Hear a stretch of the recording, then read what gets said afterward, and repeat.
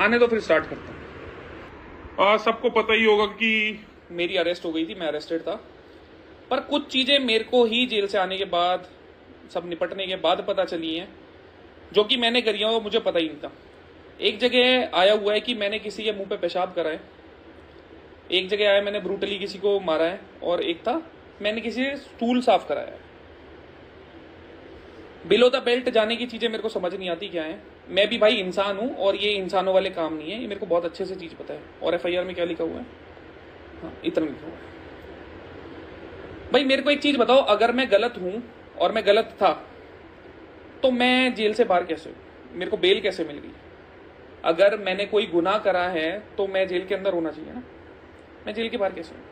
जो हमारा पुलिस प्रशासन है उसको भी सारी चीज़ें समझ में आती है, किसने क्या चीज़ करी है क्या नहीं करी।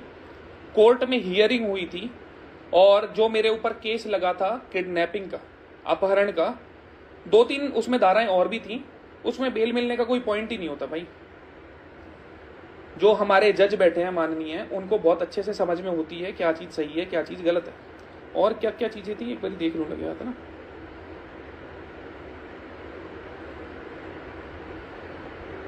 इतना ही था।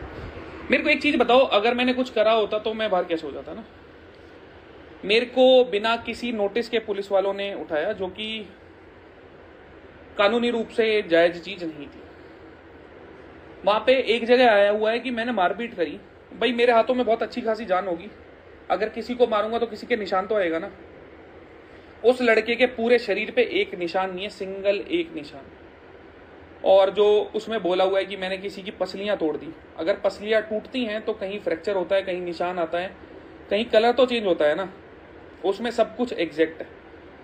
उसके घर वाले हियरिंग तक पे नहीं आए भाई, कि एक होता है ना पुलिस चौकी में आके सब काम करवा के अगर तुमने किसी पे केस कराए। पूरी हियरिंग के दौरान उनके वकील के पास एक सिंगल प्रूफ नहीं था किसी भी चीज का। जो भी मेरे ऊपर एलिगेशन लगाई है, मैंने टॉयलेट कराया है, मैंने मारा है, सब कुछ साफ कराया है, एक सिंगल प्रूफ नहीं था। और देखने तो पॉइंटर क्या क्या थे उनके, चोट के निशान थे। हाँ,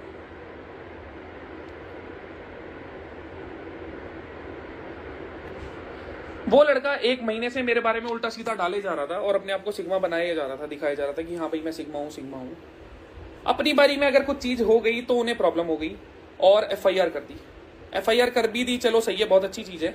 एफआईआर का एक भी पॉइंट, सिंगल एक भी पॉइंट उन्होंने जब भी सुनवाई हुई उस टाइम क्लियर नहीं करा, ना मारपीट का, ना लड़ाई का, ना किडनैपिंग का। मेरे पास वीडियोज हैं, व्लॉगिंग कर रहा था उस टाइम, कि वो लड़का आके खुद मेरी गाड़ी में बैठा। उस लड़के को उसकी मम्मी के पास जब छोड़ के आया ना, उसकी पूरी प्रॉपर रिकॉर्डिंग है। वहां पे 8-9 लड़के और खड़े थे। उस लड़के ने खुद अपनी मम्मी के पैर छुए, वहां उठक बैठक लगा के अपनी मम्मी से सॉरी बोली, मेरे से नहीं, मेरे पैर नहीं, अपनी मम्मी के पैर छुए। मेरे पास एक एक चीज की रिकॉर्डिंग है, कहते ना जिसको प्रॉपर रिकॉर्डिंग। मैंने अभी तक कहीं डाली नहीं है, क्योंकि मेरे को पता है हियरिंग के टाइम पे मेरे पास एविडेंस है। उसके पास एक सिंगल भी एविडेंस नहीं है जिसके बेस पे वो ये बोल सके कि रजत दलाल ने कुछ करा है।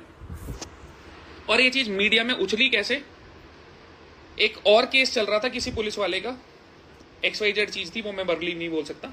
उस चीज के लिए पुलिस वालों के वो मीडिया वाले आए हुए थे, मेरे लिए नहीं आए हुए थे। उनको उस केस से कुछ नहीं मिला तो उन्होंने मेरा केस डाल दिया। और भाई ये हमारी मीडिया इतनी प्यारी इतनी अच्छी है, मेरे ऊपर भाई एलिगेशन लगे हैं, मैं एक्यूज हूं, मैं गिल्टी नहीं हूं। उन्होंने जो बात बोली है वो वर्बली बोली है एफआईआर में कि रजत ने ये चीज करी, वो कहीं से कहीं तक उसका एक भी माननीय प्रूफ नहीं है। उस लड़के का मेडिकल तो हुआ होगा, पूरे शरीर पे एक चोट का निशान नहीं है, सिंगल एक चोट का। मैंने अगर ब्रूटली उसको मारा है, ब्रूटली वो पिटा है, तो कहीं तो एक निशान तो होगा, सिंगल एक निशान।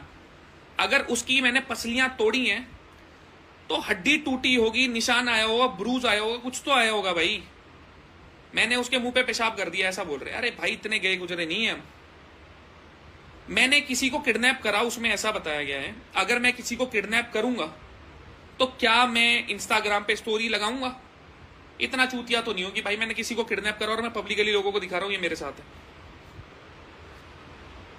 वो लड़का मैक्स टू मैक्स मेरे साथ 50 मिनट होगा।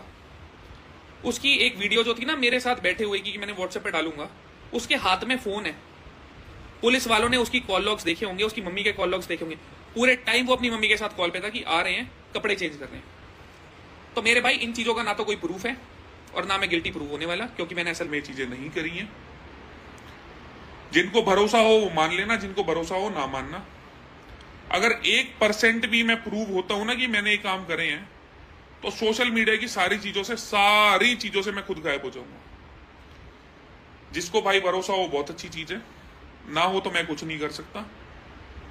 पास्ट में बहुत सारी चीजें करी होंगी, आगे आने वाले टाइम में भी बहुत सारी चीजें होंगी, पर इतने माड़े हम नहीं हैं कि किसी बच्चे को किडनैप करेंगे और उसके मुंह पे पेशाब करेंगे और उसको किडनैप करने के बाद इंस्टाग्राम स्टोरी भी डालूंगा कि देखो चलो मेरे साथ है। वो लड़का मैक्स टू मैक्स 1 घंटे मेरे साथ था। एक बार हियरिंग्स होने दो, सारी वीडियोस, एक वीडियो कि वो लड़का, उस लड़के ने खुद हमें अपनी लोकेशन भेजी। मैं जिम में गया कि जिम के ओनर को बोला कि भाई ये लड़का आपकी जिम से ये चीजें कर रहा है, आपकी बाउंड्रीज के अंदर हो रही है, एक बार बुला दो। उन्होंने बोला पर्सनल डिटेल्स नहीं दे सकते। मैंने उस लड़के को फोन करा इंस्टाग्राम पे, मेरे पे नंबर नहीं था। उसने हमसे नंबर लेके हमारे ही व्हाट्सएप पे अपनी लोकेशन भेजी खुद। उसने हमको बुलाया, उसकी गली के कोने में मैं खड़ा था, पीछे शिवम ने रिकॉर्डिंग ऑन कर रखी थी। वो अपनी मर्जी से मेरी गाड़ी में बैठा, अपनी खुद की मर्जी से। उसको जब उसके घर पे छोड़ के आए हैं ना, उसकी रिकॉर्डिंग है कि उसकी मम्मी के सामने क्या बात हो रही है। उसका रास्ते में दोस्त मिला, रास्ते में मेरे को दुकान तक पे रिकॉर्डिंग तक पूरी है, इसने साथ में थम्स अप पी।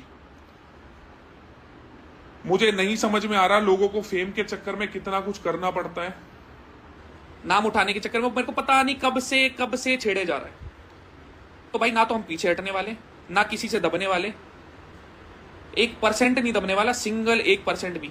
जो भी चीज होगी लॉ के अंडर होगी, उसके बाहर कुछ भी नहीं होने वाला। पर यह चीज मैं तुम्हें साबित करके दिखा दूंगा कि मेरे हाथ से कुछ भी चीज नहीं।